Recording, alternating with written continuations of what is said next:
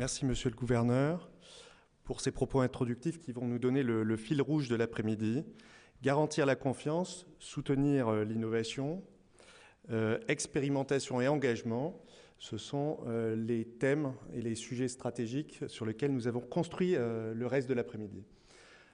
Donc vous avez à l'écran le programme de la suite de l'après-midi. Je vais faire une petite introduction des tables rondes. Nous aurons une première table ronde sur nos travaux sur l'identification à distance, une pause, puis une perspective européenne apportée par la Commission européenne et la deuxième table ronde de l'après-midi qui portera sur l'intelligence artificielle. Alors, avant d'entamer la première table ronde, ce que j'aimerais, c'est montrer en quoi la CPR s'inscrit dans les lignes stratégiques qui ont été ébauchées par Monsieur le Gouverneur tout à l'heure, et notamment comment elle est engagée aujourd'hui dans l'écosystème innovant et comment elle est elle-même innovante dans ses méthodes. Alors, je vais essayer d'utiliser cette chose-là. Voilà. Alors, notre engagement, pourquoi et avec quel objectif sommes-nous engagés auprès de l'écosystème innovant? Eh bien, premier constat, l'écosystème aujourd'hui, le secteur financier, doit s'adapter et anticiper les mutations des usages et des technologies. Et ça, c'est un premier constat dont nous reconnaissons le caractère impératif. C'est une condition pour que le secteur financier reste dynamique et résilient et qui réponde aux évolutions des demandes de la société en termes d'usage, de développement durable et d'inclusion. C'est aussi la condition sans laquelle l'écosystème peut être exposé à des risques de type concurrentiel majeur. Dans ce contexte, quels sont les objectifs de la CPR ?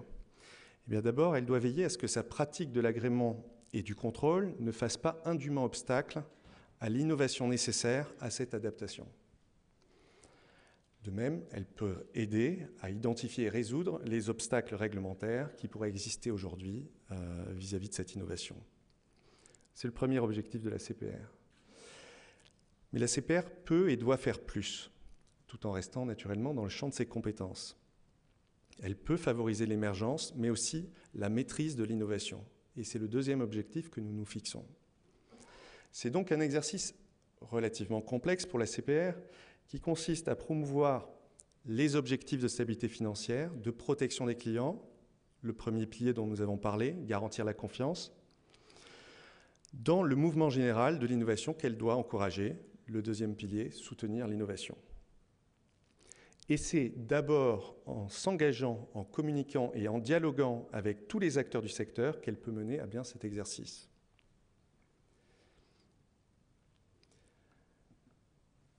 J'en viens donc à la méthode que nous utilisons pour être engagés auprès de l'écosystème innovant. Eh bien, d'abord, nous sommes engagés au quotidien, dans le contact au quotidien avec les startups.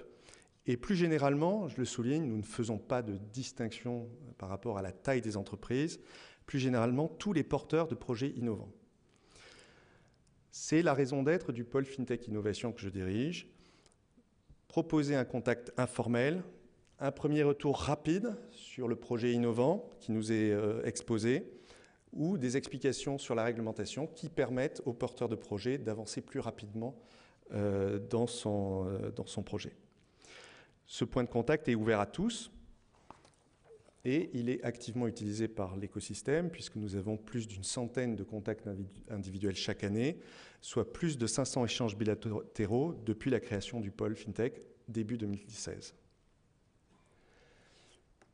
Deuxième niveau d'engagement, engagé dans les débats et les événements de Place Français.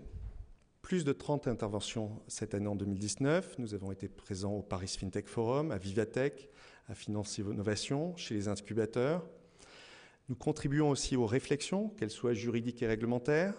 Nous avons été invités par la Cour de cassation à son cycle dédié à la blockchain. Nous participons aussi aux réflexions sur la stratégie nationale blockchain, sans mentionner bien sûr le forum FinTech à CPR-AMF que nous avons créé et dont je parlerai plus tard. Dernier point, et nous y tenons beaucoup, nous sommes aussi en recherche et preneur d'échanges avec le monde de la recherche, avec la chaire Finance Digitale, qui est un programme sur l'intelligence artificielle, avec Paris 1 Sorbonne, qui, dans le cadre du programme européen Horizon 2020, a organisé à la CPR un séminaire sur l'intelligence artificielle en mars 2019, et nous en organiserons un deuxième en mars 2020 sur la blockchain.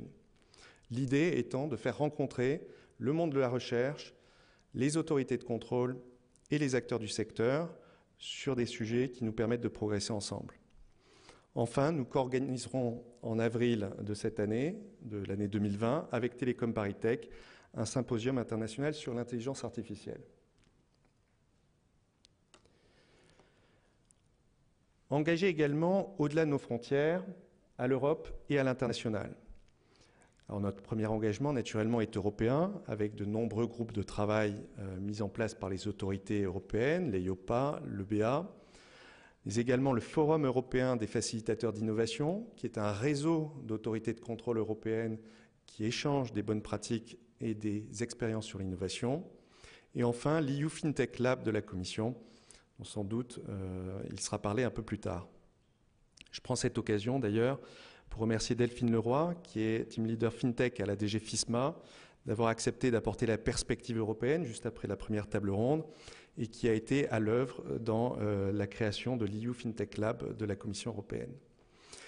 Les thèmes abordés y sont d'ailleurs très riches: intelligence artificielle, blockchain, stablecoin, cloud computing, subtech. Et c'est vraiment l'occasion pour nous d'échanger avec nos collègues européens les expériences, les idées, mais également de donner la visibilité à la technologie et aux acteurs de l'écosystème français, en leur donnant la possibilité de venir témoigner directement devant ces instances. Et c'est un point très important pour nous. Au-delà de l'Europe, à l'international, nous participons aux travaux FinTech du comité de Bâle, de l'IAIS, du comité de stabilité financière. Et nous créons aussi un réseau de contacts avec les pôles innovation, les Innovation Hubs des autres autorités. En particulier, nous avons signé un certain nombre d'accords de coopération en Asie du Sud-Est, Singapour, Japon, Corée, Taïwan, Hong Kong. Nous en aurons peut-être d'autres et dans d'autres régions du monde. Ces accords ont pour objet premier de faciliter l'accès des fintechs françaises à ces marchés-là, en facilitant les contacts entre autorités de contrôle. Donc il ne faut pas hésiter à nous contacter pour que nous facilitions, au terme de ces accords de coopération, les contacts avec des fintechs, avec les marchés étrangers. Nous sommes également présents à des événements de portée internationale, comme le New York Symposium que nous avons organisé avec la Banque de France le 15 octobre dernier à New York, ou le Singapore FinTech Festival, bien connu de tous, de novembre dernier. Tous ces événements, toutes ces interventions à l'international nous permettent d'une part d'avoir une vision panoramique de l'innovation à l'échelle mondiale. C'est très important de ne pas rester isolé dans un contexte français quand on parle d'innovation. Et également, encore une fois, de contribuer à faire connaître l'écosystème français dont nous pouvons, je pense, être relativement fiers. J'en viens à la deuxième partie de mes propos introductifs. Nous avons l'ambition d'être une autorité innovante dans nos méthodes. Parce que pour s'engager auprès d'un écosystème innovant, eh bien, il faut savoir, lorsqu'il en est besoin, innover dans sa posture ou dans son mode d'interaction. Et je voudrais donner 3 illustrations de ce que nous faisons dans ce domaine-là pour innover. La première posture que nous adoptons, c'est celle du dialogue et de la proposition.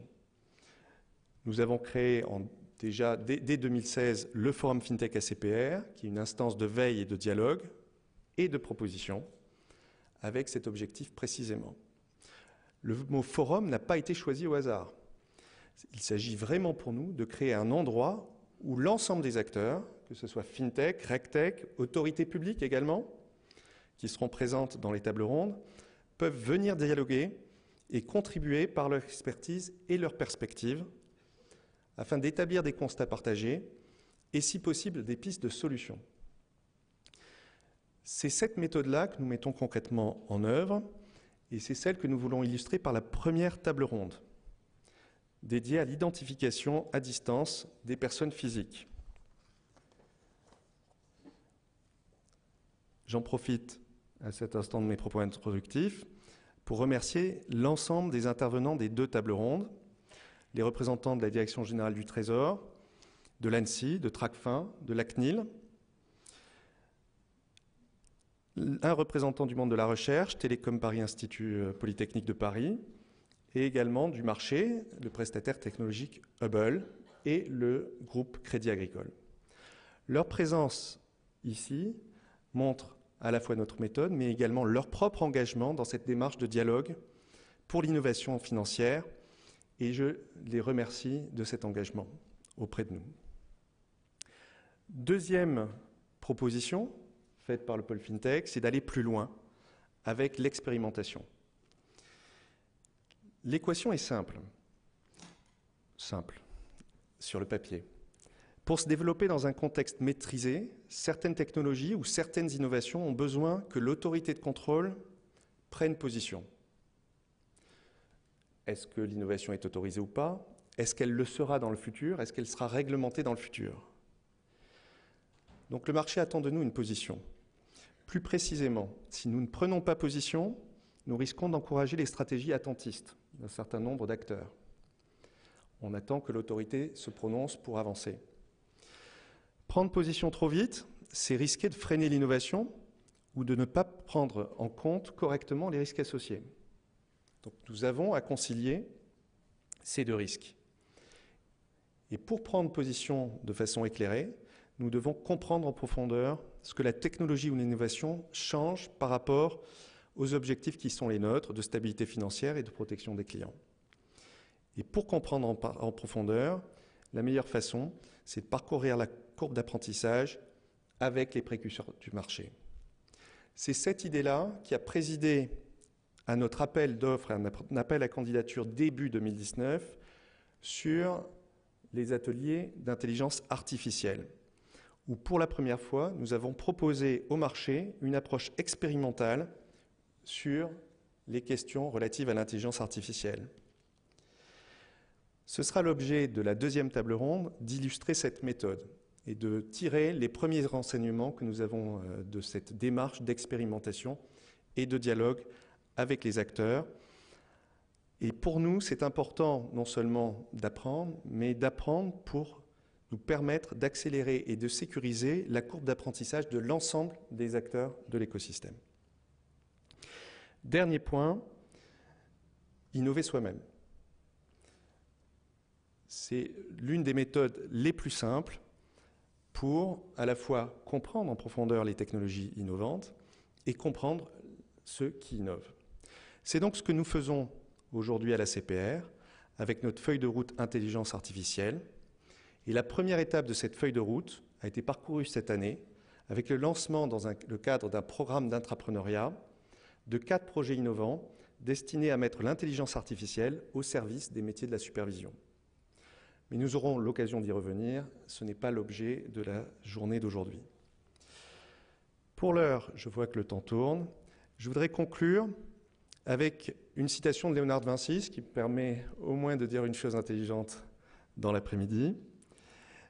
Comme vous savez, les carnets de Léonard de Vinci sont d'ailleurs conservés dans les chambres fortes de la Banque de France, la souterraine. Alors je précise tout de suite, je ne suis pas allé à la souterraine pour consulter ces carnets, mais j'ai quand même réussi à trouver une citation qui me paraît extrêmement intéressante pour ce que nous allons mettre en œuvre à la fois dans les tables rondes et dans l'année qui vient.